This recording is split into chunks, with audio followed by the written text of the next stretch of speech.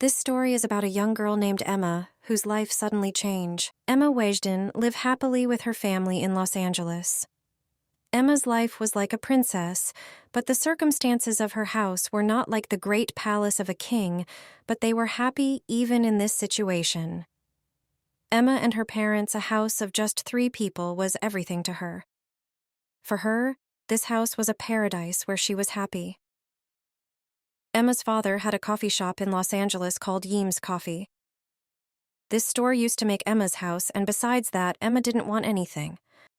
She was happy to be in poverty. Emma is sitting in her room making some essential notes of college. There's a knock on the door.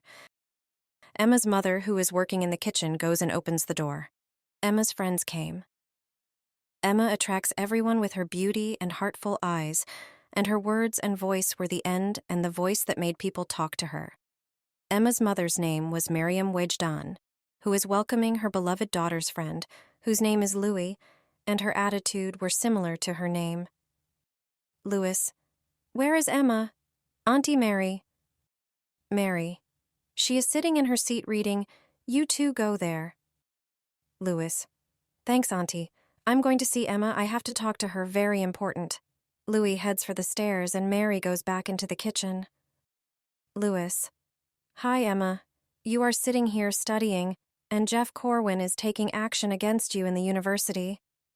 Emma: "That's what bothers me, that he was such a good friend of mine. But why did his attitude change so much when he found out I'm a Muslim?" Louis: "Yes, I thought he liked you, but ever since he took action against you, my heart has been wanting to strangle him. Why is he doing this? You should talk to him once." Emma: "Yes, you are right. I called him, but his number is blocked." Louis: "I have his friend Ethan's number. I call him and ask if he knows where he is."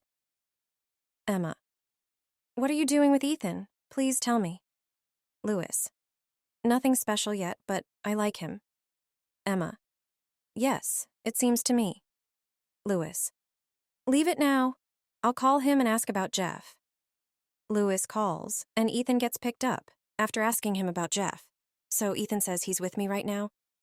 Louis tells him that Emma wants to see him, so should we get there now because he isn't even answering Emma's calls.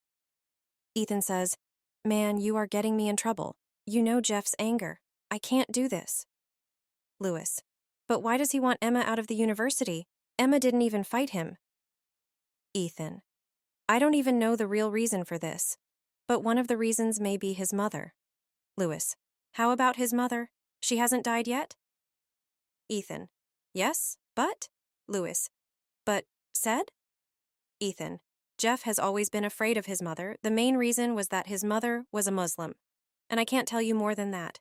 Hang on the phone. Jeff is coming." Louis: "Hey, listen." Emma: "What happened?" Louis: "He cut my phone." Emma: "Phew, did he say anything?" Louis: "He only said that his mother could be the cause of all this and that Jeff's mother was a Muslim." Emma: "I wonder what this has to do with his mother. And if his mother was a Muslim, that is a bad thing." Louis: "Ethan didn't tell me anything about this either." Emma: "I have to find a way to talk to Jeff." Louis: "But how?" Next day, Emma calls her friend and takes her to Skid Row's railway line. About 10 minutes later, Louis is there. Emma: "I know he will come here." Louis: "Let's see." After 1 hour, Louis: "Man, we have been waiting for him for so long. I don't think he will come. We should go." Emma: "Yes, perhaps our efforts are futile. Let's go home." Emma wanted to know why he was doing this to her. Jeff was her best friend, and she didn't want to lose him. And trying everything she could to talk to him, Emma contacted every friend of hers, but no one was willing to tell her anything. After 1 week, Emma is on the phone with Louis and tells him that she is worried about Jeff. "I don't understand why he is behaving like this with me, why he is running away from me. He should talk to me." Louis: "Don't think so much. I will find a way." Emma is having dinner with her family and is a bit worried. Mr. Wejdan: "Dear daughter, why are you worried?" Emma: "Dad, I'm just a little nervous about studying." Mr. Wejdan: "Before today, You never took the stress of studying. Now what has happened? Mary goes to the kitchen to get coffee. Emma was about to say something when she heard a crash from the kitchen.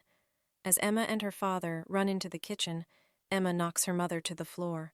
Emma goes to see her mother lying like this, and Mr. Whedon calls an ambulance. It was a heavy night for Emma's father.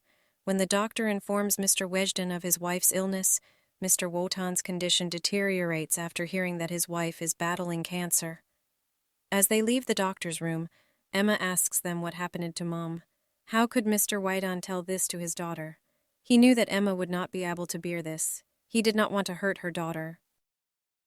Emma used to serve her mother and do the housework herself. Whedon still hadn't told his daughter about her mother's disease. Therefore, Emma did not know the reason for her mother's declining health. Meanwhile, she had forgotten about Jeff. A few days passed like this. One day Jeff came to Emma's house. It was almost evening time. Emma was upstairs doing housework. When Whedon saw Jeff, he was angry. Jeff was drunk and yelling at Emma. People start gathering, and Jeff pulls out a gun when Whedon tells him to leave. And Jeff didn't know what he was doing, and he shot her father.